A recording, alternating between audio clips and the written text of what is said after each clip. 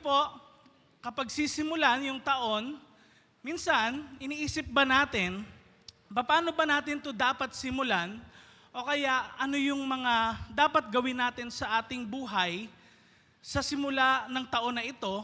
Parang ina-align mo na kagad, ano ba yung dapat na nung 2024 hindi ko ginawa, na ngayon 2025 siguro gagawin ko para kay Lord. O kaya sometimes pwedeng meron ka mga regrets that you've done in your life na hindi mo nagawa noon, tapos sabi mo sana pala ginawa ko na lang nung nakaraang taon. Pero naisip mo baka dahil New Year ngayon, siguro naman gagawin ko ito para kay Lord ngayong 2025. Alam niyo po, isa lang po ang kadahilanan kung bakit tayo gumagawa, kung bakit tayo nabubuhay, kung bakit po tayo umaaten ng church at bakit din tayo naglilingkod sa Panginoon. Yun po ay tuparin ang purpose ng Diyos sa buhay nating lahat. Amen? Kaya napakahalaga po na malaman nating lahat that God has a purpose for each and every one of us. And yun po yung prayer natin na kung saan ang isang Christian malaman niya talaga kung ano yung purpose ng Diyos sa kanyang buhay. Para sa ganon, malaman natin kung ano rin yung hindi natin purpose at saka malaman din natin yung kagustuhan ng Diyos kung saan niya tayo gustong dalhin ngayong taon na ito. Pwede ba tayo munang manalangin? Pikit natin ang ating mga mata at tayo ay yumuko sa hapon na ito. Tayo ay manalangin, aming Ama na nasa langit, Diyos na buhay at makapangyarihan sa lahat. Ang aming pong dalangin ay ngayong hapon na ito, bisitahin niyo po ang aming mga puso at maranasan po namin ang pagbabago na nanggagaling sa inyong salita. Mangusap ka, Holy Spirit, sa buhay ng bawat isa sa amin. At ganun din, Panginoon, maitanim sa amin ang binhi or seed ng iyong salita at mamunga ito sa aming mga buhay mula ngayong araw na ito, in the name of your Son, Jesus Christ. Tayo po lahat ay magsabi ng Amen. Alam niyo po, bilang isang Christian, hindi lang po tayo nagre-respond sa call ng ating duty bilang isang Kristiyano, kundi tayo rin po ay nagre-respond sa call ni God sa buhay natin. Pwede pong tinatanong natin, Pastor, bakit po ba ang isang Christian important sa kanyang buhay ang purpose? And nabanggit ko po, para yun syempre malaman natin kung ano yung hindi natin purpose, para yung mga bagay na yun, hindi natin ma-prioritize sa ating buhay, hindi natin maaksaya yung oras natin, at magawa natin kung ano talaga yung dapat natin gawin. Sino dito yung ayaw nyong nasasayang yung oras nyo? Meron ba? Kung ayaw natin nasasayang ang oras natin, kailangan alam natin ang purpose natin. Kung gusto natin maging efficient and effective, kailangan alam mo yung purpose mo. Sabihin mo nga, purpose. Again, mas malakas pa, come on. Okay? Alam niyo po, ang gusto ni Satan, labanan natin yung purpose ng Panginoon sa ating buhay. Ang gusto ni Satan, hindi mo sundin yon, ang sundin mo yung gusto niya. Ayaw niya na kumampi ka sa Diyos, gusto niya maging kalaban mo ang Diyos. And ang Panginoon, ang Diyos na buhay na makapangyarihan sa lahat na ating pong pinaglilingkuran, gusto niya na sundin natin siya at gusto niya rin na tahakin natin yung daan o yung layunin niya sa buhay natin. Kung kaya po, sa Romans chapter 12 verse 2 ay sinasabi na ganito. Pwede po ba nating sabay-sabay basahin ito? 1, 2, 3, go. Huwag kayong gumaya sa mundong ito. Hayaan niyong ang takbo ng isip nyo para malaman nyo kung ano ang gusto niya. Yung mabuti, nagpapasaya sa Kanya at perfect. Nawala yung why dun Nagpapasaya sa Kanya at perfect. Alam niyo po, si Apostle Paul ay isa po sa sumulat ng Book of Romans na ito sa mga Christians sa Rome. Ang tanong po sa atin, bakit kaya ito sinabi ni Paul Dahil po ang mundong ginagalawan natin may pattern. Ibig sabihin, hindi po ito talaga naka-align dun sa kagustuhan ng Diyos. Kaya kung mapapansin nyo, kahit si Jesus, nag-pray siya at tinuruan niya yung mga disciples paano mag-pray, ang sabi dun sa prayer, di ba, mangyari dito sa lupa ang kagustuhan mo. Your will be done on earth as it is in heaven. Bakit? Kasi hindi ho lahat na nandito sa lupa ay sumusunod sa kagustuhan ng Diyos. And ngayon, lahat din tayo pwedeng isa kang Kristiyano, kaya lang, pwede rin pong hindi natin talaga nasusunod or nalalakaran ang purpose ni Lord sa buhay natin. Importante po na ito yung topic natin ngayon, magsimula ang taon na ito na tayo ay tinatawag na purpose-driven. Sabihin mo nga, purpose-driven. Ibig sabihin po, kung ano yung purpose mo, yun yung nilalakaran mo, yun yung sinusundan mo, yun yung ginagawa mo. Pag sinabing purpose-driven, kahit saan ka dalhin, talagang magiging okay yung lahat ng tatahakin mo, mapagtatagumpayan mo lahat kahit mahirap, kasi alam mo yung purpose mo at kasama mo ang Diyos sa buhay mo. Alam niyo po, ang purpose, ang meaning talaga nito, ay ito po, pakita natin. Ang purpose po is the original intent of the Creator. Again, ang purpose, ito yung something na original na intensyon ng manlilikha.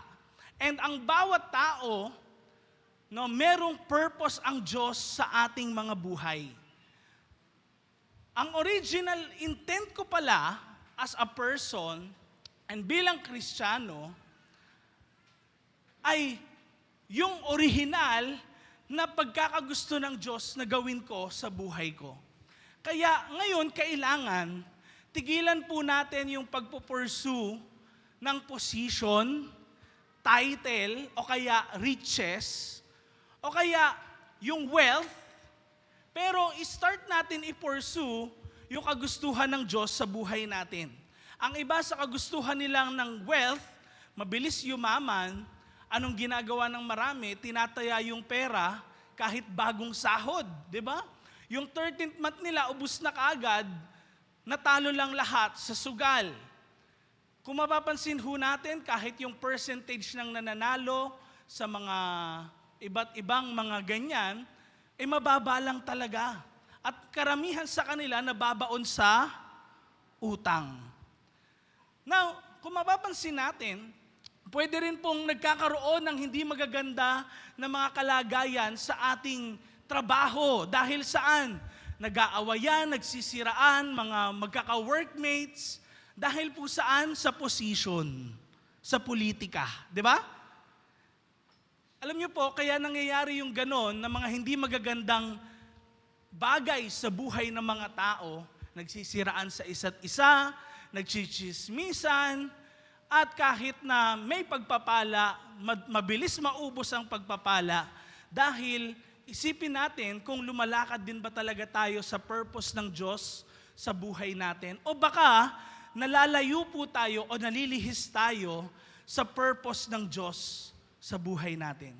Kaya dapat pala hindi ako position-minded. Amen? Kailangan ako ay purpose-minded. Sabihin mo nga, purpose-minded. Kasi God created us for a purpose. God created us with a purpose. Again, sabihin mo sa katabi mo, may purpose ka. At hindi rin po aksidente, ang bawat isa sa atin ay nasa lugar na ito, we believe na merong plano ang Diyos sa buhay natin. Amen? Alam niyo po, minsan, ewan ko sa inyo, kung naranasan nyo na may plano ka, tapos laging naiiba yung plano mo, yung bang prepared na lahat, tapos may last second, may naiiba dun sa mga pinlano mo. Alam niyo po kasi sabi sa Proverbs chapter 19 verse 21, ay ganito, tingnan nyo, babasahin ko po Maraming pinaplano ang tao, Pero, yung gusto ni Lord ang nangyayari. Ibig sabihin, ang kagustuhan pala ng Diyos, yung laging mananaig. Ang kagustuhan ng Diyos, yung laging mangyayari. Ang purpose mo, mas importante pala dun sa mga plano mo. Amen? Kasi tingnan niyo yung sabi, yung gusto daw ni Lord, yun yung nananaig. Yun yung mangyayari. Yung plans mo, nakalagay ba dyan yung pinaplano mo mangyayari? Hindi. Sino sa inyo nakarinig na nung verse about Jeremiah 29 verse 11, di ba? Sabi, for I know the plans I have for you. Ibig sabihin yung for I know the plans I have for you, hindi plano mo yun. Plano ng Diyos sa buhay mo. It is God's purpose. Sabihin mo nga, God's purpose. Kaya, mas angat ang purpose mo, dapat, kesa sa plans mo. Kailangan mas angat ang purpose mo sa plans mo. Kasi, kung nababagabag po tayo sa mga kurso na kukunin natin, ngayon po ay entrance exam pala sa PUP, no? Sino sa inyo galing doon ngayon o meron ka mag-anak, kakilala na pumunta doon? Pwedeng worried tayo, di ba? O kaya at times, hindi natin alam kung anong pwedeng mangyari sa career natin. Marami nga po akala natin, parang kapag kinuha na natin yung isang course na gusto natin sa kolehiyo, akala natin yun yung magiging trabaho natin pagka-graduate. Pero marami rin po mga tao nakakaranas, hindi rin yun yung nakukuha nilang trabaho kung ano yung pinag-aralan nila. Bakit ho? Dahil tignan nyo, sabi sa Proverbs 19 verse 21, again, sabay-sabay nating basahin. 1, 2, 3, go. Maraming pinaplano ang tao, pero yung gusto ni Lord. Kaya, ano bang purpose ni Lord sa buhay natin? Pwede mong tanungin ang sarili mo lang, sa'yo lang, no? Ano nga bang purpose ng Diyos sa buhay ko? Bakit nga ba ako nabubuhay? Bakit ako nandito sa church? Ano nga palang purpose din ng church natin? Di ba? O kaya anong purpose? Bakit ka umattend sa second Sunday na ito ng taon? Ang iba po sa atin kasi baka sumuko na alamin ang purpose sa kanilang buhay. Kaya di ba nababanggit yung pananalitang go with the flow? Tama? Di ba? Go with the flow. Bakit? Kasi hindi ko alam yung purpose ko. Hindi ko alam kung ito ba yung gusto ng Diyos sa buhay ko. Kaya tingnan ko na lang, bahala na lang. No? Naririnig nyo ba yon sa mga kakaibigan nyo? O kaya minsan nasasabi natin, go with the flow lang ako. Kasi po, akala natin at times, magagampanan natin yung purpose ni Lord kapag nandun ka na, dun sa position na gusto mo, parang kapag manager ka na, magagampanan ko na yung kagustuhan ni Lord sa buhay ko. Akala natin kapag pastor ka na, kapag leader ka na, kapag nagsiserve ka sa church, doon ko lang talaga magagampanan yung purpose ni Lord sa buhay ko. Pero alam niyo po, ang purpose ni Lord sa buhay natin, hindi po yan makukuha o malalakaran kapag nakamit na natin yun. What if po, ang purpose ni Lord sa buhay natin, parang puzzle, na kung saan, one at a time, si Lord nagpapakita ng purpose sa atin, one piece at a time. Sa mga nangyayaring instances sa buhay natin, what if pinapakita sa atin ni Lord na ito yung gusto kong lakaran mo, anak. Ito yung buhay na gusto kong sundan mo. Every step of the way, binibigyan po tayo ni Lord ng bits and pieces para malaman natin yung purpose natin. Di ba kapag mas malaki yung puzzle, sino dito nakakita na ng malaking puzzle? Alam niyo po, nung one time, itong December, namimili ng pangreregalo dun sa isang pamangkin. So sinamahan ko po, sabi nila, ito na lang sa'yo. Pero habang sila namimili doon, ako nakatingin ako sa puzzle. Alam niyo kung ilang libo yung pieces ng puzzle? 10,000. Mas malaking puzzle pala, mas maraming pieces. Kaya tingnan niyo po bilang isang Christian, kung malaki yung purpose ni Lord sa buhay natin, pwedeng padaanin talaga tayo ni Lord sa maraming pieces na ito at makikita natin siya along the way na ito pala yung plano ng Diyos sa buhay ko. Kaya po kahit anuman ang situation natin, anuman yung season ng buhay mo ngayon, kapatid, may gusto ang Diyos na matutunan ka sa season na yan ng buhay mo. Kahit ano yan, kailangan mong ma-discover kung ano yung purpose ni Lord sa buhay mo, sa pamilya mo, sa church, no? Kailangan mo yung ma-discover. Kasi sa totoo lang po, nothing can be built if we don't start building. Ibig sabihin po nito, wala tayong ma-achieve kung hindi po tayo magsisimula sa ating buhay. Kung tayo po ay tinatawag ng Diyos bilang isang Kristiyano, naririnig natin, walk by faith and not by sight, di ba? Pero sa totoo lang, at times, sinasabi rin nyo na, build by faith. Sino dito nakakita na ng magagandang building na talagang na-amaze ka? Meron ba? No, yung parang, nung nakita niya yung bahay, wow, ang ganda naman yan. Tama ba? Di ba, meron tayong mga nakitang ganun. Minsan nga sabi nila, sana akin na lang yan. Yung sabi pa ng iba, uy, bahay ko yan, di ba? Nagagandahan na tayo, kaya lang hindi natin nakita ano yun dati. Bago nagsimula yan na maganda, ano yan dati? Actually, nung una pa lang, may blueprint yan, may plano yan. Yung magagandang bagay na nakikita natin, may pinagmulan yan na unang bagay. Hindi yan basta-basta buo na agad, Kaya na-admire natin po yung mga magagandang infrastructures na meron sa paligid. Kasi, nandoon na tayo nakafocus sa finished product. Hindi natin po nakikita yung paglalagay ng hollow blocks, paisa-isa, di ba? Hindi natin nakikita yun Yung pagbubungkal ng lupa para magtayo ng foundation, hindi natin nakita yun. Ang nakikita lang natin, yung maganda na kagad. Kaya ngayon, tayo po, starting ng taon na ito, amen? Maging maayos ang foundation dapat natin. Amen? Maging maayos para sa ganon, hindi ka makakaaksaya ng panahon at alam mo, sinusunod mo yung purpose ng Diyos sa buhay mo.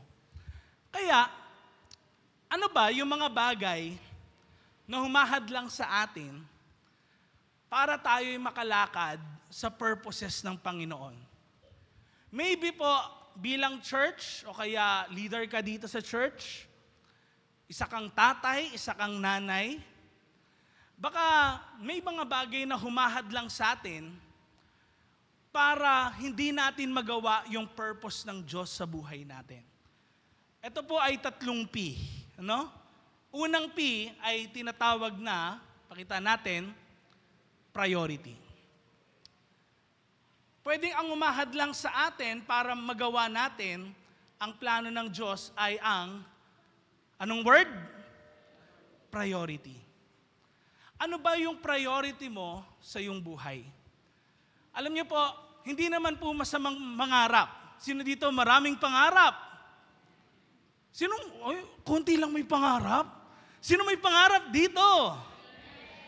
Pero ito yung purpose mo, magsishape kasi siya ng priority mo. Alam niyo po, hindi naman masama yung mangarap, pero madalas, itong mga bagay na to, ito yung nag-shape ng mga bagay na nauuna sa buhay natin. And at times, kapag yung pangarap yung nauna, pwedeng ma-miss natin yung purpose ng Diyos sa buhay natin. Alam niyo po, kung alam natin yung purpose natin, alam natin kung ano yung uunahin natin. Napaka-importante po ng sequence. Ibig sabihin sa Tagalog, pagkakasunod-sunod. Alam niyo po, sa buhay na ating nilalakaran, sa mundong ito, sequence matters. Kasi ang Diyos po natin ay Diyos ng order. Kaya ano ba yung inuuna mo? Sino ba yung inuuna mo ngayon? Pamilya mo ba? Sarili mo ba? Asawa mo ba ang inuuna mo ngayon? Jowa mo ba ang inuuna mo ngayon? Anak mo ba ang inuuna mo? Apo mo ba ang inuuna mo? Napakahalaga po niyan. Trabaho mo ba ang inuuna mo? Pag-aaral mo ba ang inuuna mo? Kung mapapansin nyo, parang dapat lahat unahin yun, di ba? Tama ba? Hindi pwedeng pantay-pantay yun di ba?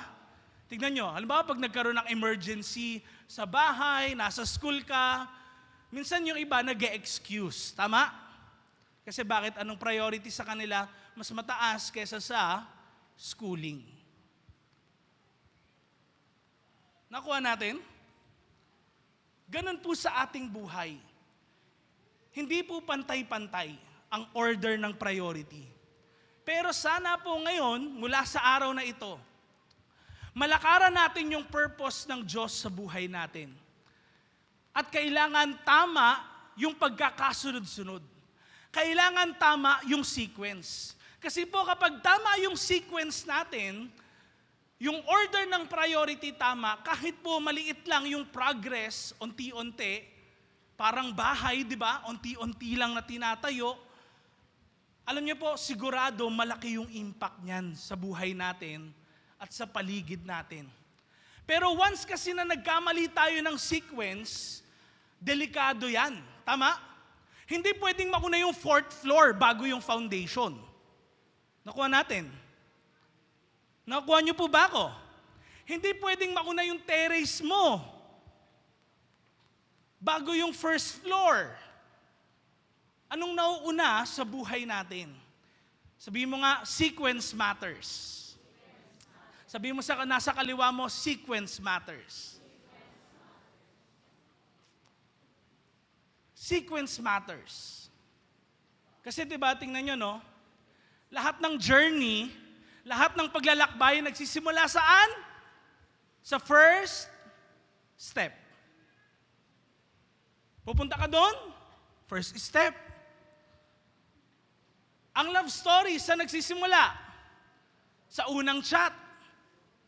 Sa panahon na to, di ba? O sa unang pag-uusap, tama ba? Saan nagsisimula ang graduation? Or makatapos ka ng kurso mo, ng schooling. Saan? Sa first class. Kung di mo atinan yung first class, hindi ka makakatapos. Amen? Hindi ka enrolled kung ganon. Ang isang kanta, sino mga mahilig kumanta dito? Saan nagsisimula? Sa first note. First verse daw, sabi nila. Ang preaching, saan nagsisimula? Sa first word. So, tingnan nyo, no? Lahat ng bagay merong panimula. Ang nakikita lang kasi natin lagi yung finished product. Pero, ginaguide tayo ng Bible in a way na malaman natin kung ano yung purpose natin. Kaya tingnan nyo po yung mga miracles din na ginagawa ng Diyos. Mga malahimala niya na mga ginagawa sa buhay ng mga tao. Saan to nagsisimula? Sa first prayer.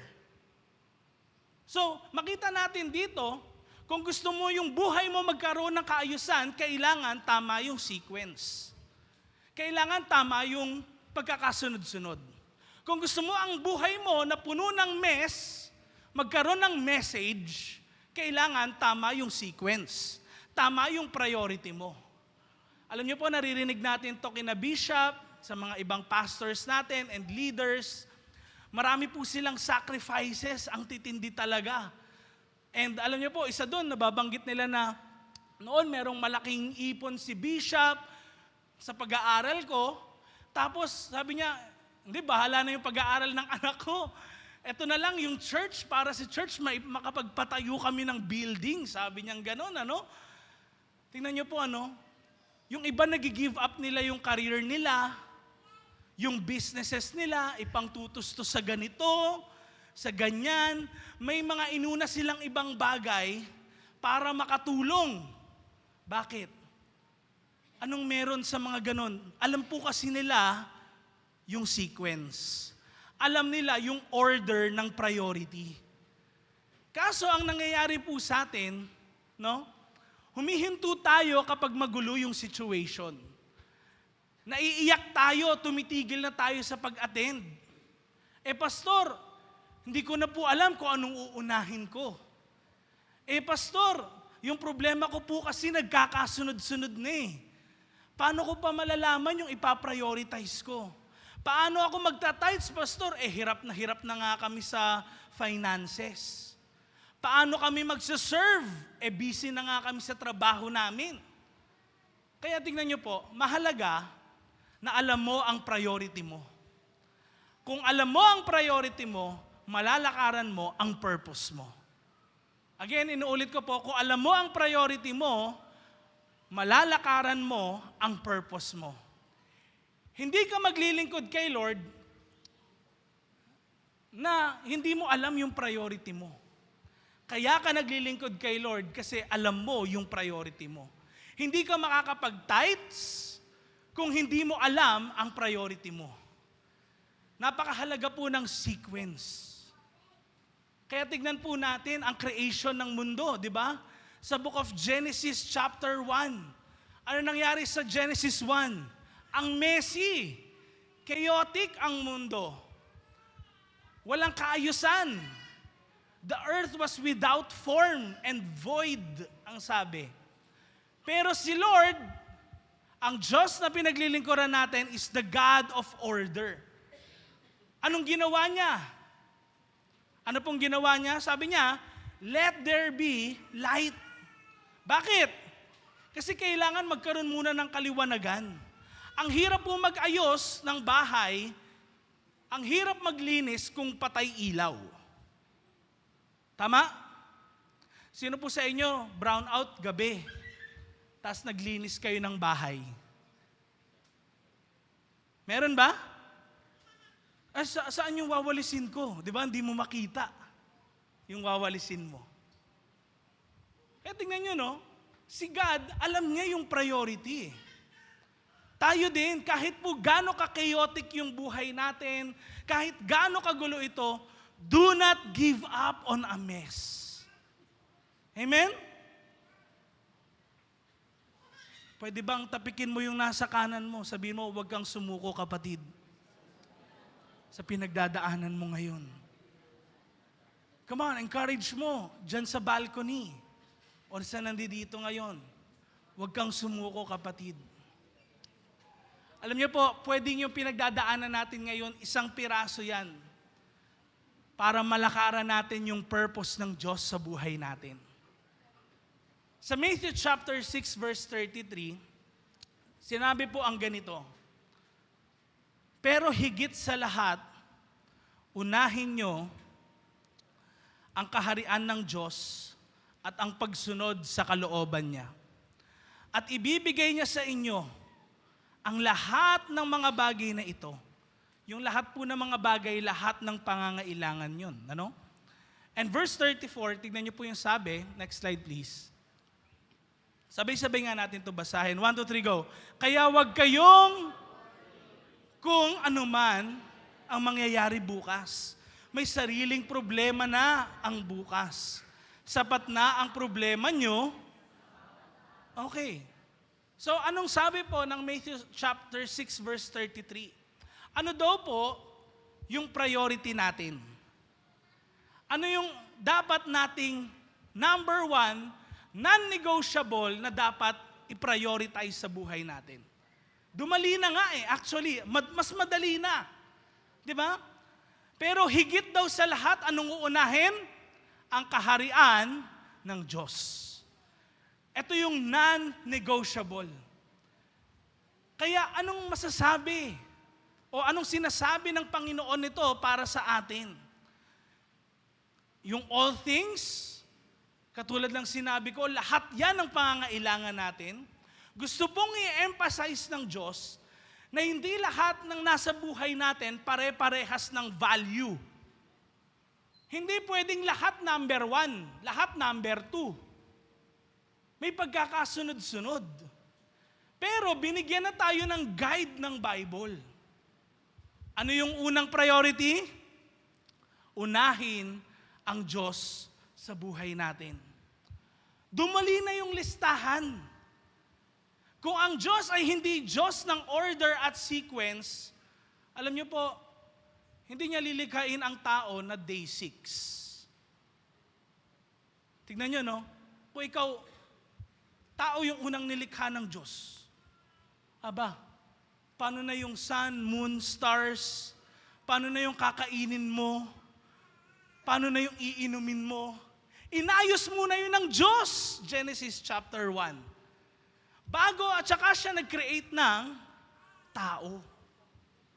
Kaya kung makikita po natin, ang Diyos mismo ay Diyos ng order.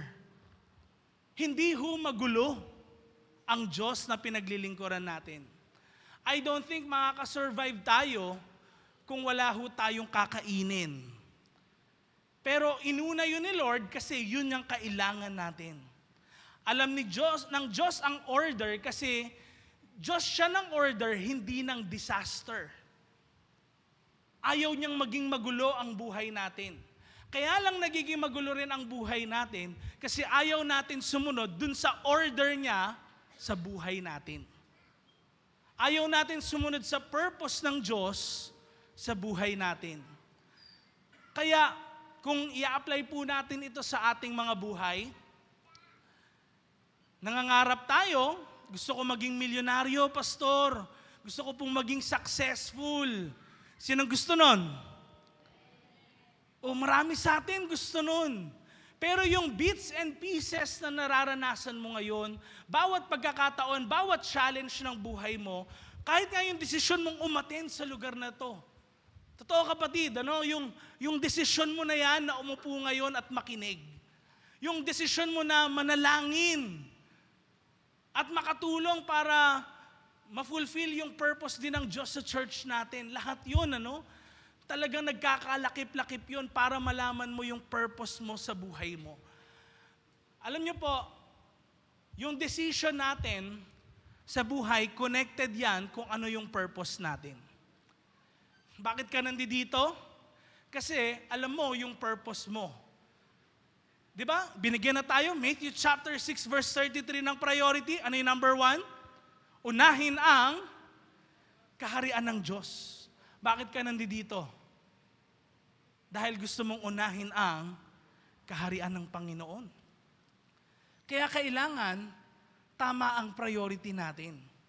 Hindi tayo basta aksyon ng aksyon, bira ng bira, desisyon ng desisyon, kasi po natuto na tayo dyan.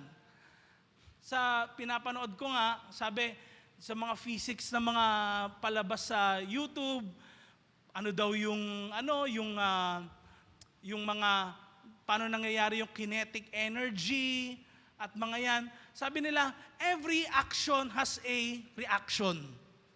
Ganon din po sa buhay natin. Madalas sumusuko na tayo, probably dahil sa hindi tama yung priority natin. Nagkakaroon ng kaguluhan sa buhay natin, maaring hindi maganda yung nangyayari sa family natin, sa relationships natin, o kaya maging sa trabaho natin. Maaring sumusuko na tayo.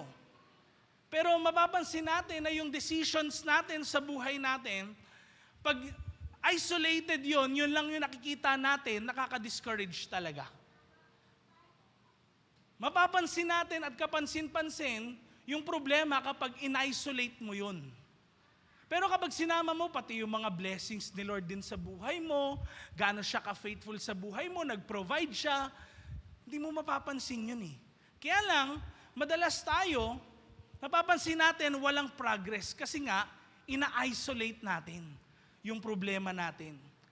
Parang akala kasi natin ganito, parang isang push-up lang, bodybuilder ka na. Yun ang akala natin. Kulang tayo sa consistency. Akala kasi natin, kapag isang araw lang na nag-diet, payat ka na. Di ba? Yun ang akala natin. Kaya natin ginagawa na consistent ang isang bagay kasi meron tayong pinaprioritize. Amen? Kung hindi mo priority ang isang bagay, hindi mo continuously nagagawin ang bagay na yon. Tama po ba? Kaya, wag natin isipin na merong instant result sa mga bagay na nararanasan natin. Pwede nating matatanong, Pastor, wala naman nangyayari eh. Tatanungin nga kita, ilang araw mo na bang ginagawa yan? No? Baka 2 araw lang pinaprioritize mo, tapos susuko ka na kagad, 2 araw pa lang yan. Tara nyo sino dito naka-attend last Sunday? Umating kayo last Sunday, pangalawang Sunday na to, nakadalawa na kayo. 52 Sundays, meron ka pang 50 na dapat attendan. Consistency matters. Dahil yan yung priority mo sa buhay mo. Kaya, sino dito pa-prioritize mo yung mga bagay na maka-Diyos sa buhay mo? Another thing na pwede pong humahadlang sa atin para hindi natin magawa ang purpose ng Diyos sa buhay natin ay ang ating potential. Again, sabay-sabay nating basahin, potential. Sabi po ng Proverbs 19 verse 21, katulad din po ng binasa natin kanina, maraming pinaplano ang tao, pero yung gusto ni Lord ang mangyayari. Lahat po tayo nagpaplano. Ibig sabihin, lahat tayo may ability. Pero yung purpose ng Diyos sa buhay natin, it is more than what we can do. Yung kagustuhan ng Diyos sa buhay natin, more than our ability. Kung ang Diyos po nakapokus lang siya sa kung anong kaya lang natin gawin, hindi po natin malalakaran ang purpose ng Diyos sa buhay natin. Kung nakita ng Diyos, ay mahiyain to, hindi ko to pipiliin. Hindi na mangyayari yung purpose na yon. Pero God is looking at us, mga kapatid, hindi dun sa potential na meron tayo, kundi nakikita niya yon dahil yun yung binigay niya na purpose o layunin sa ating mga buhay. Kaya tingnan po natin si Abraham sa Bible. Sino dito nakakilala kay Abraham? Nasa balcony, kilala niyo ba si Abraham? Si Abraham po, siya yung tinatawag na father of many nations. Kiniklaim po ng marami sa Middle East, galing sila kay Abraham. Di ba? And even yung 3 major religions sa buong mundo, Christianity, Judaism, Islam, galing yan sa forefather na sino? Abraham. Pero tingnan natin ang story ni Abraham. Nung time po na sinabi ng Diyos na magkakaroon siya ng anak, wala na po siyang potential na magkaanak. Bakit po? Siya po kasi nung time na yon ay ilang taon? 75 years old. Sino po dito? May kilala kayong 75 o kayo 75 years old? No? O mas matanda pa sa 75 years old. Meron ba dito? Kaway-kaway naman. 75 years old ka na? Hindi, joke lang. Kakilala. Sige, kakilalang 75. Ayan. O meron dito, di ba? Pero alam niyo po, kung nakatingin lang si God sa kung anong kaya nating gawin, hindi mangyayari yung purpose sa buhay natin. Kung nakatingin ka lang dun sa kaya mong gawin, ay hindi naman ako pwede dyan kasi di ako magaling. Di ba? Hindi mangyayari yung purpose na yon sa buhay mo. Pero, si God na pinaglilingkuran natin, hindi siya nakatingin doon sa anong kaya mong gawin. Kasi lahat ng bagay, kaya niyang gawin sa buhay mo. Amen? Kaya niyang gawin sa buhay mo. Sabihin mo sa katabi mo, kaya ng Diyos gawin sa buhay mo. Again, sa kabila, kaya ng Diyos gawin sa buhay mo? Ano pong sabi ng Proverbs chapter 3 verse 5? Sabi po ng sumulat, magtiwala ka kay Lord ng buong puso at huwag kang umasa sa sarili mong talino. Bakit? Kasi kapag marunong na ako maggitara, parang iniisip natin, nagagawa ko na yung purpose ni Lord. Pag marunong ka na mag-disciple, nagagawa ko na yung purpose ni Lord. Yun yung akala natin. Kapag halimbawa, nagpapaawit ka na, nagagawa ko na yung purpose ni Lord. Alam niyo po, hindi natin napapansin. Ganun ba yun? Kapag hindi ka marunong mag-gitara, hindi mo ginagagawa yung purpose ni Lord sa buhay mo? Ganun ba yun? Kapag halimbawa, hindi ka marunong mag-preach, hindi mo magagawa yung purpose ng Diyos sa buhay mo?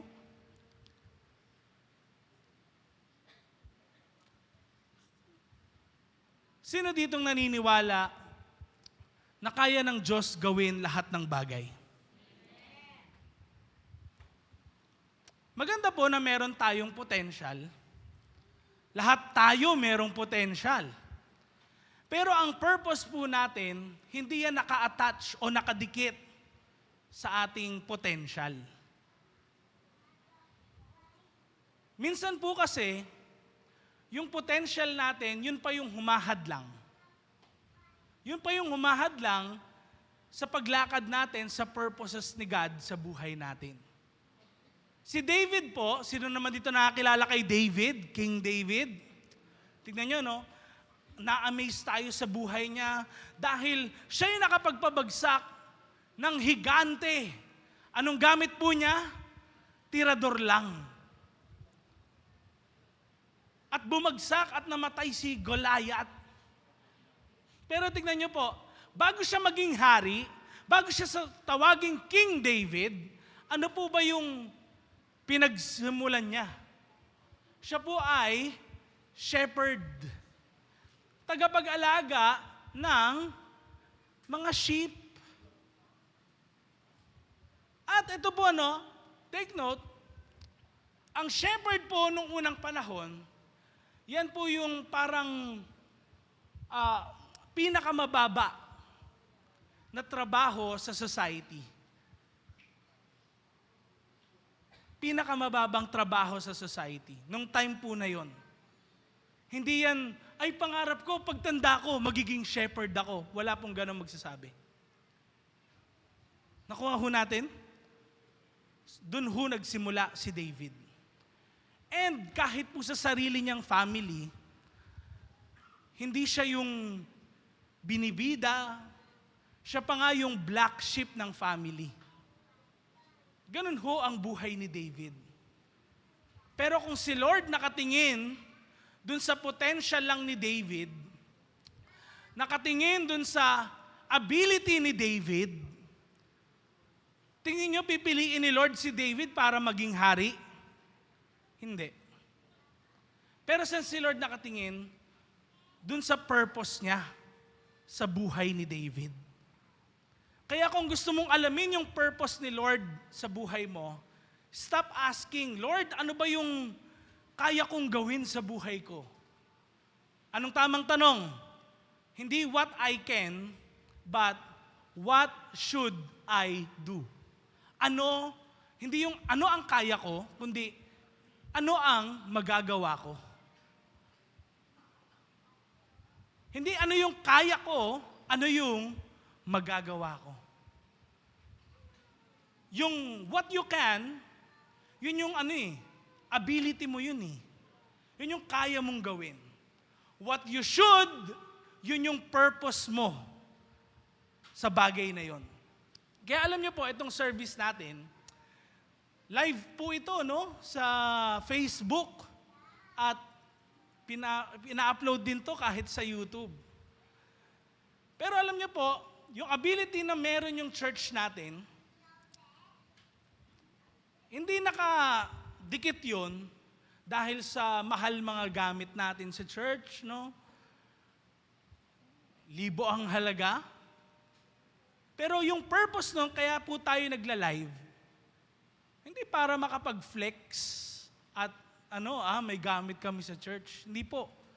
Kung hindi, para maabot natin ang maraming mga tao. Yun ho ang purpose nun. Amen? At kahit pa ho nung panahon na hindi ho ganun kaganda yung gamit din sa church, kahit din mga mixer, mga speaker dyan, ginagawa na ho yun kasi bakit? Ang purpose kasi natin, ma-reach out ng gospel ang maraming mga tao. Amen? Kaya tignan nyo, nilalakaran natin yung purpose ng Diyos kahit din sa church natin. Kaya ikaw rin sa sarili mo, anong gagawin mo? Okay, may purpose ka. Anong gagawin mo para lakaran mo yung purpose na yan? Kung meron kang purpose, alam mo yung purpose na yon, magde-develop ka ng skill kung wala ka pa nun. Amen? Kung alam mo na doon kanila talagang gusto kang dalhin ni Lord, kailangan mag-a-adapt ka. Kailangan mag-i-innovate ka. Kailangan mag-aaral ka.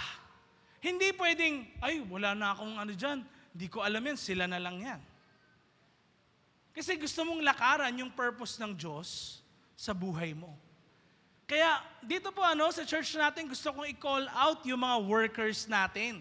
At kung ikaw rin, future worker ka sa church, gusto mo, huwag tayo po mag-rely lang dun sa kakayanan natin, kundi sa purpose ng Panginoon.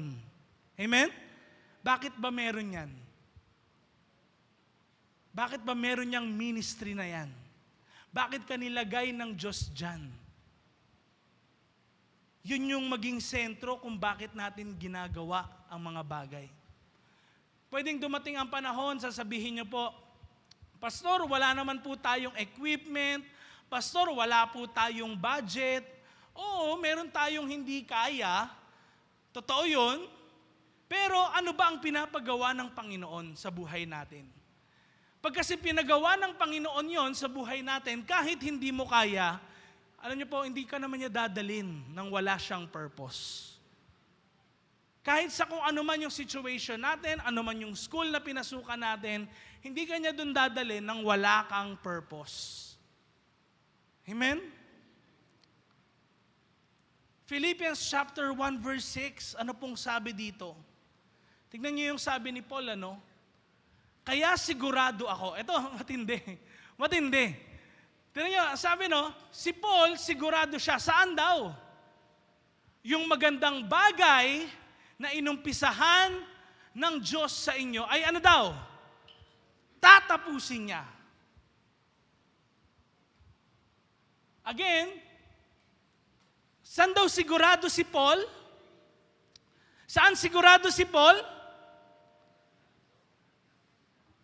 Sa magandang bagay na sinimulan ng Diyos. Yung magandang bagay na yon, hindi yun parang tatapusin na lang na iiwanan na lang, hindi tapos, kundi tatapusin nyo ng Diyos sa buhay natin. Kaya kung may plano ang Diyos sa buhay natin, sa church natin, si Bishop po ay binigyan ni Lord ng vision of 12,000 disciples. Nalaman natin na wala pa halos tayo nasa 10% pa lang tayo ng 12,000 na yon sa 36 churches na meron po tayo. Alam niyo po, tatapusin ng Panginoon. Amen? Tatapusin ng Panginoon yung magandang ginawa niya sa atin. Kaya certain si Paul sigurado siya. Ibig sabihin po, hindi tayo dapat pala matakot sa pwedeng kahinatnan ng simbahan. Kung meron mang umalis, meron mang lumipat, meron mang hindi nagpatuloy, tingin mo man din, wala kang ability. Tingin mo, end of the road na para sa'yo. Hindi dyan nakatingin si Lord. Hindi pwedeng hindi tapusin ni Lord ang magandang sinimulan niya sa atin. Tatapusin niya yan. Sabi mo sa katabi mo, tatapusin ni Lord ang magandang ginawa niya sa buhay mo. Kaya, tingnan nyo, no, ang ating purpose hindi limited sa ating potential. Sa Genesis chapter 2, ang isa po sa trabaho ni Adam doon ay magpangalan ng mga hayop. No? Tingin nyo ba, hindi kaya ng Diyos yon na mag-isip ng pangalan ng hayop? Ito, giraffe, no? Ito, elephant. Tingin nyo ba hindi kaya ng Diyos yon? Kaya niya inutos kay Adam? Kaya ng Diyos. Pero ang tanong, ba't si Adam pa yung inutusan niya? Di ba? Tingin nyo ba, kailangan pa talaga ng David para matalo si Goliath? Kahit walang David, kaya ni Lord yan. And ito, no, spoiler alert, totoo to. Ang Diyos, nag-e-exist at kayang mag-exist kahit wala ho tayo. Sa totoo lang ho, hindi ho tayo kailangan ng Diyos. Tayo ang may kailangan sa Kanya. Kaya, tignan nyo, kung gugustuhin po ng Diyos magpakita sa mga oras na to, di ba? Pakita siya bigla, yung biglang nag-blur yung TV nyo, yan mga TV natin dito, tapos biglang nakita natin heaven, no? Kaya niyang gawin yun eh. Kaya niyang gawin yun. Pero hindi niya ginagawa dahil meron siyang purpose sa bawat isa sa atin. Kay Adam, may purpose siya. Amen? May purpose siya. Kaya sa pag-pursue po natin ng purpose, ang problema sa atin, ina-attach natin o sinasama kasi natin yung magagandang bagay na na-achieve natin. Uy, pastor na ako. Uy, leader na ako. Uy, musician na po ako. Uy, pastor, dami ko na pong member ngayon. But what if ang purpose mo, hindi pala naka-attach sa pagiging pastor mo? O sa ability ng pag-share ng gospel. But what if yung purpose mo, naka-attach pala dun sa greater version ng sarili mo? Yung yung habang naglilingkod ka sa Diyos, anong nagiging ikaw? Yung habang ikaw ay nananampalataya at naniniwala kay God, ano yung nagiging ikaw? Ang purpose ni Lord sa atin, nasa pieces pala ito habang dinedevelop tayo ni Lord. Who you are becoming. Bilang isang Christian, who are you becoming? Ang purpose ni Lord makikita natin along the way, sa journey natin. Hindi dun sa end point. Amen? And alam nyo po, ito yung struggle ko actually. Kahit before, mapansin nyo po, ako yung all-around na klase ng tao. Paanong all-around, pastor? Ako po, kaya kong mag-gitara, kaya kong tumugtog ng drums, kaya kong tumugtog ng bass, kaya kong mag-keyboard. Sa tech natin, ako rin yung nagde-design, kahit kita niyo yan, yung mga ganyan, pati natin, series lahat.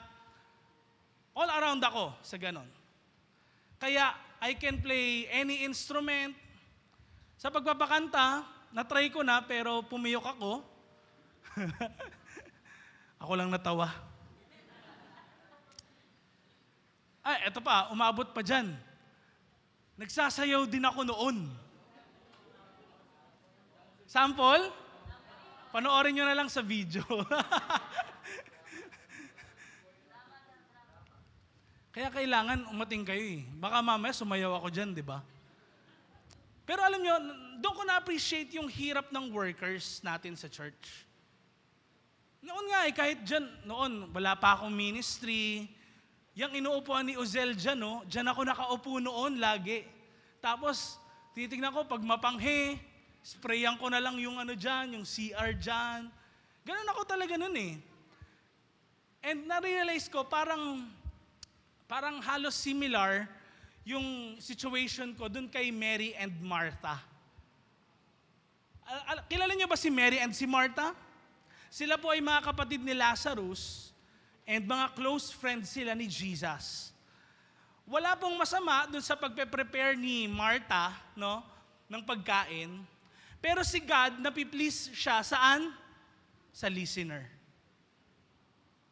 God is not pleased by what we can do, but in who we are becoming.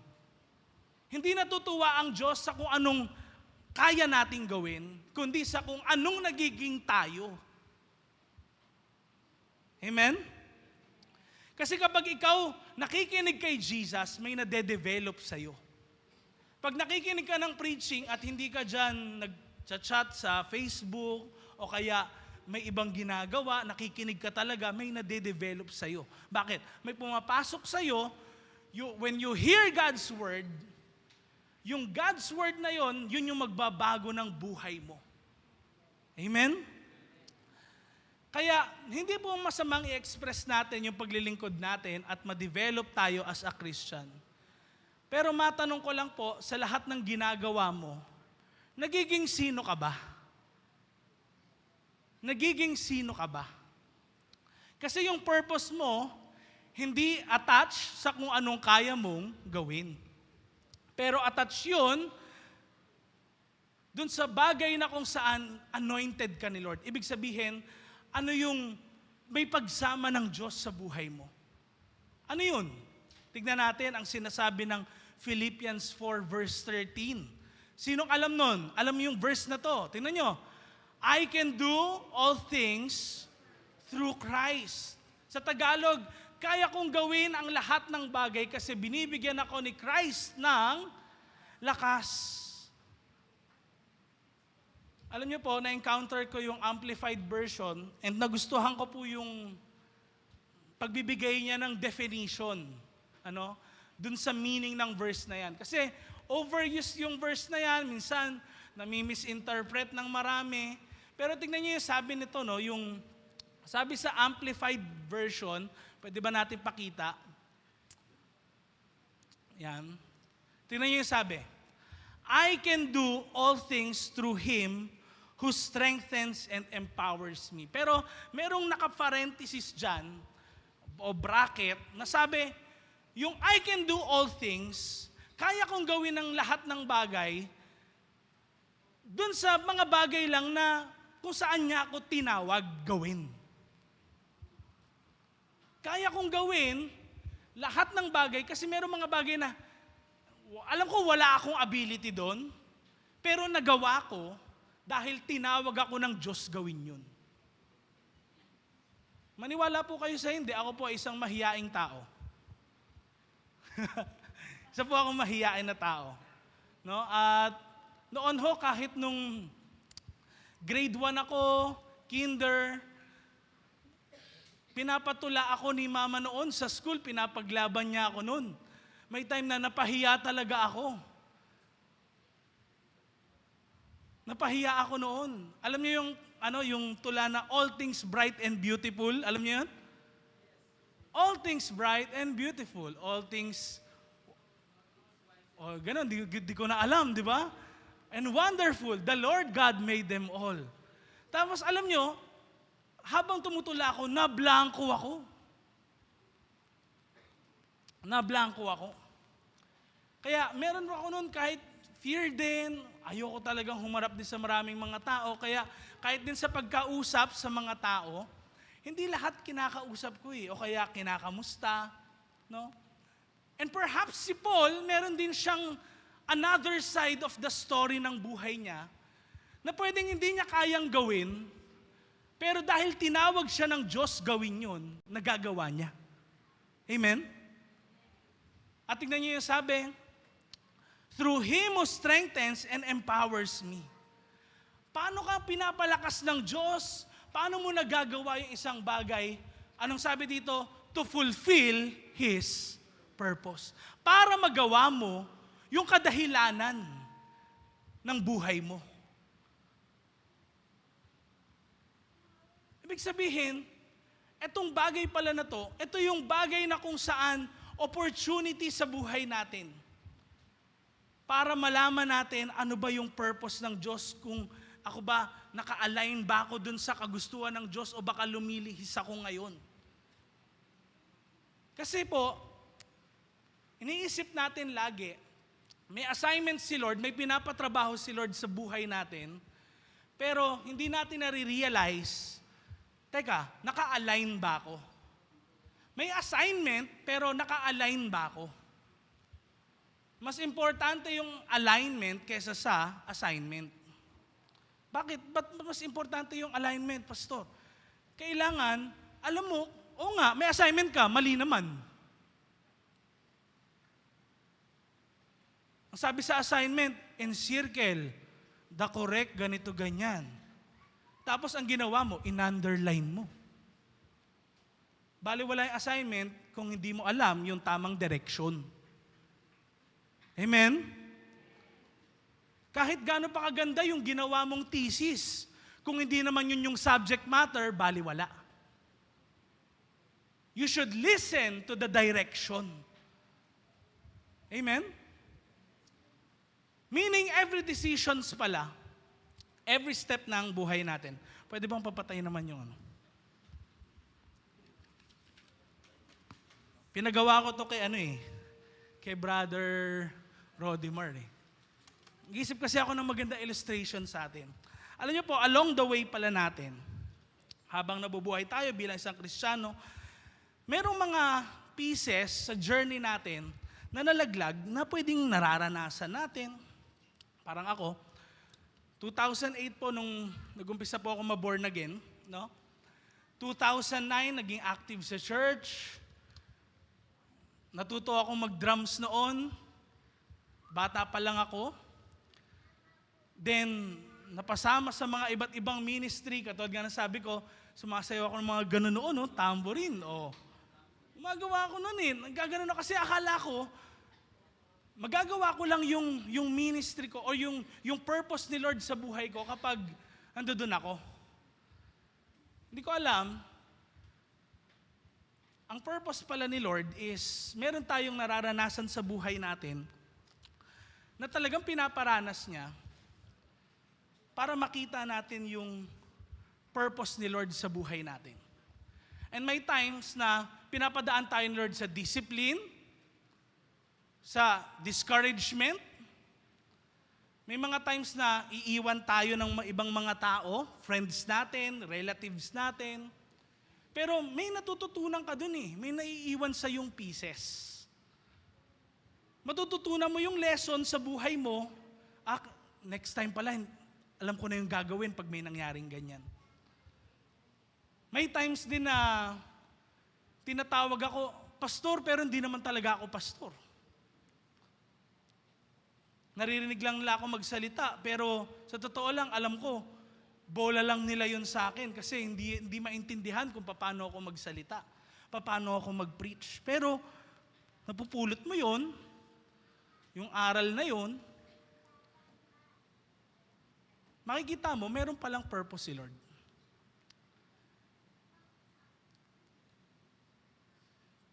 In 2016, pumunta po kami ng Canada, nakita ko yung place doon, ang ganda.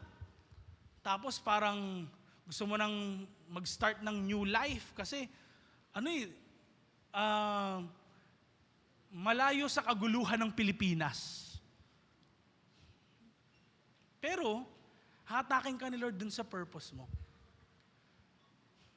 Binalik ako ni Lord sa Philippines. Kahit po 6 months ako doon. Tapos sabi ng parents ko, anak, anong gusto mo mangyari sa buhay mo? Hindi ko pa alam pa. Nagtry akong pumasok sa insurance na company. Tapos, nag-try din ako magturo sa senior high sa Arellano University. Hindi ko talaga alam kung anong mangyayari sa buhay ko. But I kept asking God, Lord, ano bang purpose mo sa buhay ko?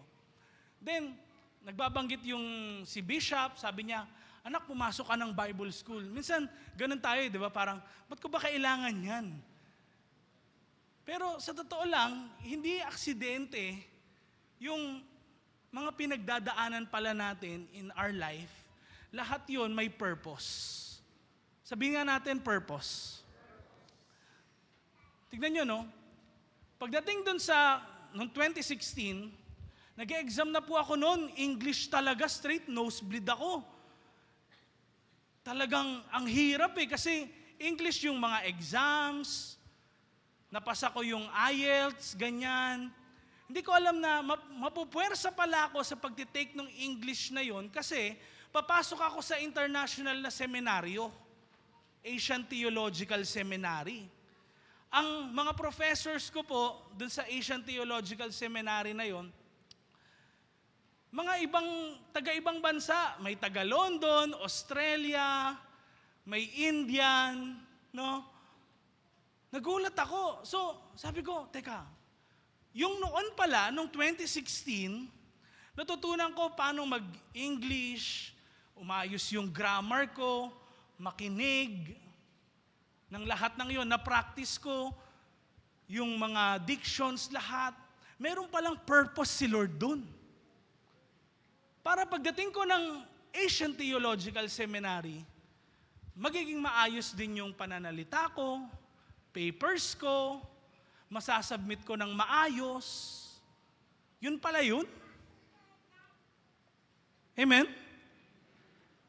Hanggang sa, syempre, naglilingkod tayo kay Lord.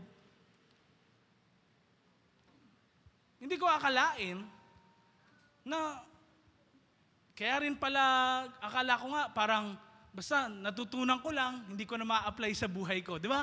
Alam niyo yung mga ganon, narinig mo lang, tapos lumampas na, parang ganon. Di ba? Yung akala natin eh.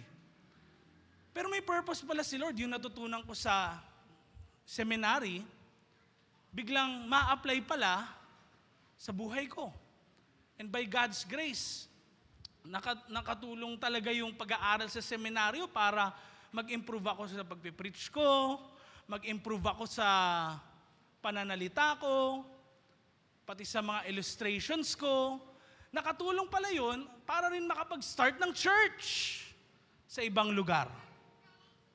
So, makikita natin, yung purpose ko pala, hindi dun sa time na naging pastor ako or yung destination na pagkakatawag sa akin ni Lord. Hindi ko po sinabing lahat tayo dito magpapastor. Siguro may iba, iilan. Pero ang sinasabi ko, ang point ko is, merong purpose si Lord sa buhay natin. Pero yun yung time na kung saan, hindi mo masasabing yun yung purpose mo, pero along the way, malalaman na, ito pala yun. Ito pala may ginagawa si Lord sa buhay ko na may ginagawa. Akala kasi natin parang end na yun ng road. Yung position, yung title, yung riches, yung wealth. Pero ano lang yun eh. Stepping stones pa ulit yun kasi meron ka pang hakbangang panibagong bagay sa buhay mo. Amen? Kaya yung fulfillment na yun, masasabi mong, oh, thank you Lord. Pinadaan mo ko sa mga bagay na yun. Little by little, marirealize mo pala yung purpose ni Lord sa buhay mo. Kaya mga kapatid, do not take for granted yung mga lessons na matututunan mo sa season kung nasaan ka ngayon. Nasa season ka man ng pain and suffering, nasa season ka man ng discipline ni Lord, do not take for granted yung lessons na yun. Amen? Last but not the least po, dito na tayo magtatapos. Pangatlong PI, pain. Ano yung number one? Things that keep you away from your purpose. Number one. Number two. Number three, pain. Alam niyo po, kung mas malaki yung purpose natin, kung mas malaki yung pagkakatawag ng Diyos sa buhay natin, mas mahirap din po ang challenges ng buhay natin. The harder our life gets. May relation po pala ang pain at ang purpose. Imagine niyo po si Abraham sa Bible. Katulad ng sinabi ko, 75 years old po nung sinabi ni Lord kay Abraham na, Abraham, magkakaroon ka ng anak. Si Abraham tsaka Sarah, hindi maniwala, tatawa-tawa pa sila nung time na yon. Pero alam nyo ba, na nung age 99 years old na, o magwa 100 na si Abraham, doon lang siya nagkaroon ng anak. Ha? Bakit naghintay pa si Lord, o pinaghintay niya pa si Abraham, ng 24 or 25 years bago ma-fulfill yung pangako ng Diyos sa buhay niya? Di ba parang, si Lord naman gagawin mo naman pala Lord, pinatagal mo pa. Di ba? Pwedeng, Lord, pagpapalain mo rin naman pala ako, ba't hindi na lang ngayon? Bakit next year pa? Bakit sa after 10 years pa? Ba't hindi ngayon, Lord? Pero tignan nyo, yung 25 years na yon, it was a long time para kay Abraham. Long time of waiting. Waiting and waiting and waiting. Tignan nyo, no, si Abraham, may mga natutunan pala siya along the way. 25 years yun. Ang dami niyang natutunan sa mga taon na yon.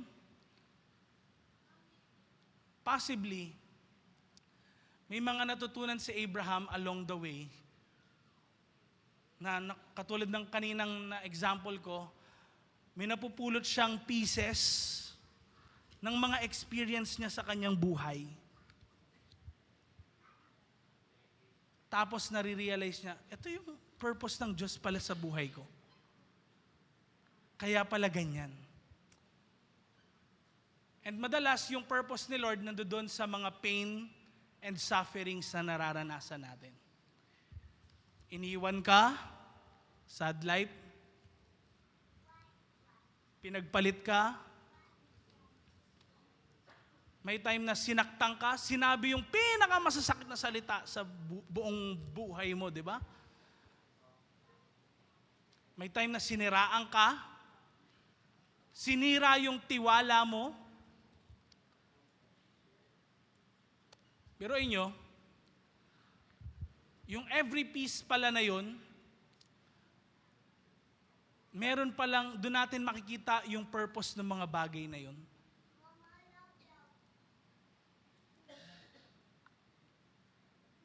Sa mga nararanasan po pala natin na yun, yung purpose natin, nandun pala sa mga pains and sufferings na yun, yung kagustuhan ng Diyos, kung bakit niya tayo nililid, sa kung ano yung purpose niya sa buhay natin. Yung purpose natin, pwedeng namatayan tayo ng mahal sa buhay, nagsasuffer tayo sa ibang pamamaraan ngayon. Hindi lang yun sa negative things. Alam nyo, kahit meron tayo na-accomplish Nakagraduate ka ng masteral degree mo, nakagraduate ka ng ganitong seminar, nakatapos ka ng ganyan. Ando doon din yun Every step of the way, doon natin pala makikita yung purpose sa atin ni Lord. Not until such time na makita natin yung journey natin kung paano ni Lord tayo dinaan sa lahat ng yon. We only see in part. Pero ipapakita niya rin sa atin yung full pag dumating na ang panahon. Amen? Kaya na-realize ko po, kahit na gaano kasakit yung mga pinagdaanan natin, pwedeng may tampo ka, meron kang discouragement or disappointments. Ang painful experience po pala, mananatiling painful until you realize the purpose of it. Again, ulitin ko po yan, ang painful experience mananatiling painful until you realize the purpose of it. Bakit nangyari ito sa buhay ko, pastor? Hindi ko alam. Bakit sa dinami-dami? Ako yun. Ba't di na lang sila? Ba't sa akin pa? You should realize yung purpose nun sa buhay mo. Ba't nga ba nangyari sa yun? Ano yung gusto ng Diyos ipakita sa buhay mo? Bakit niya pinaranas sa iyo yung bagay na yan? May reason si Lord. Hindi mo nakikita yung purpose ng pain, mananatiling masakit, at patuloy kang sasaktan ng painful experience na yan. Kaya tignan niyo po, kahit sa Bible, si Joseph, he was hated by his brothers. Alam niyo po, si Joseph pinagbili na alipin ng mga kapatid niya. Si David sa Bible, black sheep ng family. Si Jesus na crucify sa cross. Tapos gusto ng mga tao si Barabbas, yung makalaya. Kahit si Jesus wala naman talagang pagkakasala. Pero tignan nyo, may purpose sa suffering. Again, sabihin mo ngayon, may purpose sa suffering. Kaya kung yung katabi mo, tignan mo yung katabi mo ngayon, may pinagdadaanan man yan ngayon, may purpose sa suffering niya. Pwede po ba muna tayong tumayo bago pa tayo, hindi pa tayo tapos, ano? Pwede bang lumapit ka sa 10 taong ngayong hapon na to? Sabihin mo sa kanila, come on, tayo tayo lahat, tayo. No? And get ready na umalis sa inuupuan mo. Tapos sabihin mo sa 10 tao, sabihin mo sa kanila, may purpose sa pinagdadaanan mo. Okay, come on.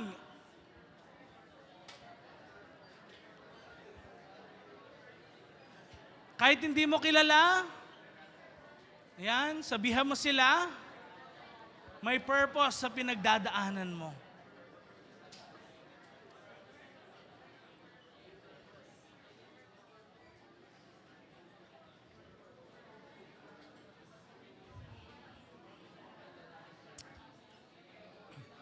Okay?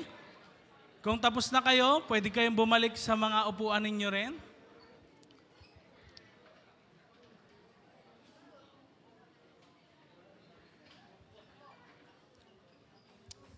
Kaya ito, okay, listen.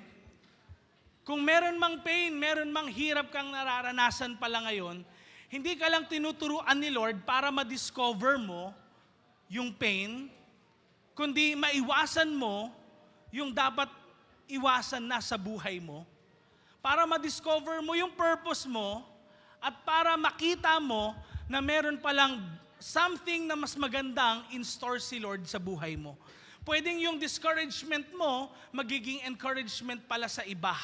Ibig sabihin, kung may nangyari sa yung hindi maganda, pwedeng mangyari yun na testimony ni Lord para sa ibang tao, para kung meron mang silang naranasan sa buhay nila, something similar sa naranasan mo, makapag-encourage sa kanila. Kung dumaan ka man sa suffering at hindi magagandang bagay, pwede kasing baliktarin ni Lord yun. Tignan niyo yung nangyari kay Joseph. Again, pinagbili po siya ng mga kapatid niya. Naging alipin po siya sa lugar ng Egypt, malayo sa mga kamag-anak niya. Pero naging second in command po si Joseph ng buong Egypt, from being a slave to the second in command ng buong Egypt. Just imagine that. And tingnan niyo po, nakaharap niya yung mga kapatid niya. At ano pong sabi niya sa Genesis chapter 50 verse 20? Pakita natin yung verse. Tingnan niyo, sabay-sabay nating basahin. 1, 2, 3, go. Oo, masama ang ginawa niyo sa akin.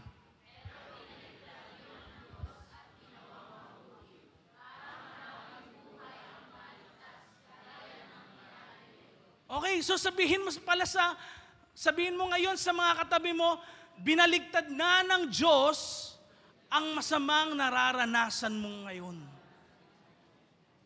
Kayang baliktarin pala ng Diyos yun. Amen?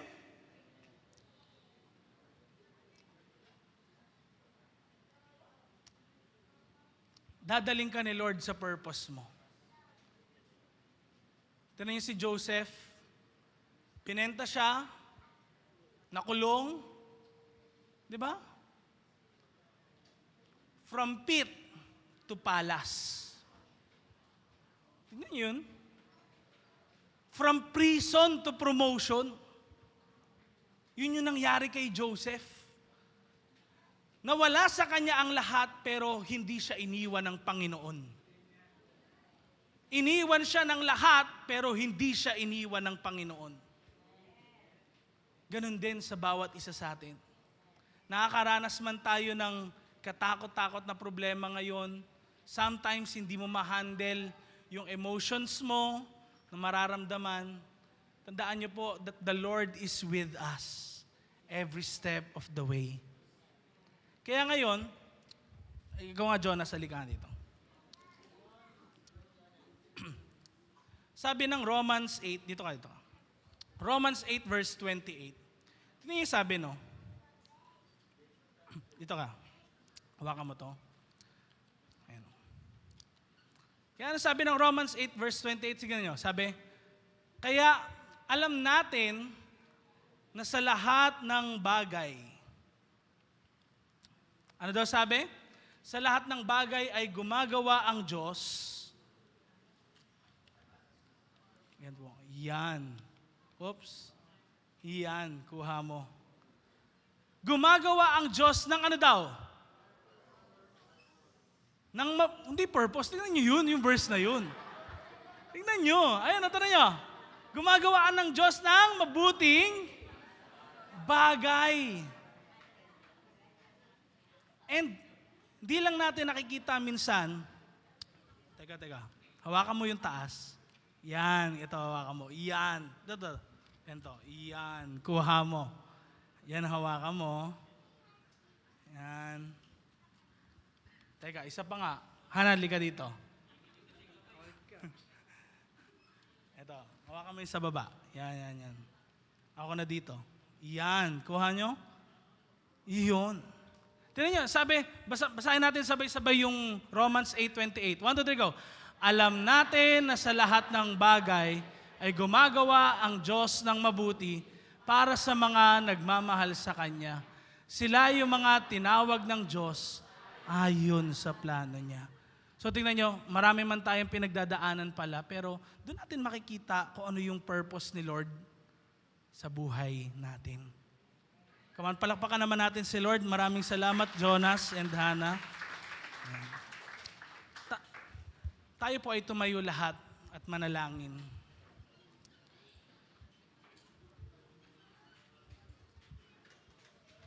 Maaari bang itaas natin ang ating kanang kamay at tayo po ay pumikit ngayong hapon na ito? Kapatid, binibigyan kita ng pagkakataon ngayon. Ano man yung pinagdadaanan mo sa iyong buhay. Sabi ng Bible, i-cast natin o ibigay natin sa Diyos lahat ng mga alalahanin natin sa ating buhay, ang cares ng buhay natin. Nasa kalagayan ka ba na hindi mo alam yung future mo, ng pamilya mo, ng career mo, ng relationship mo?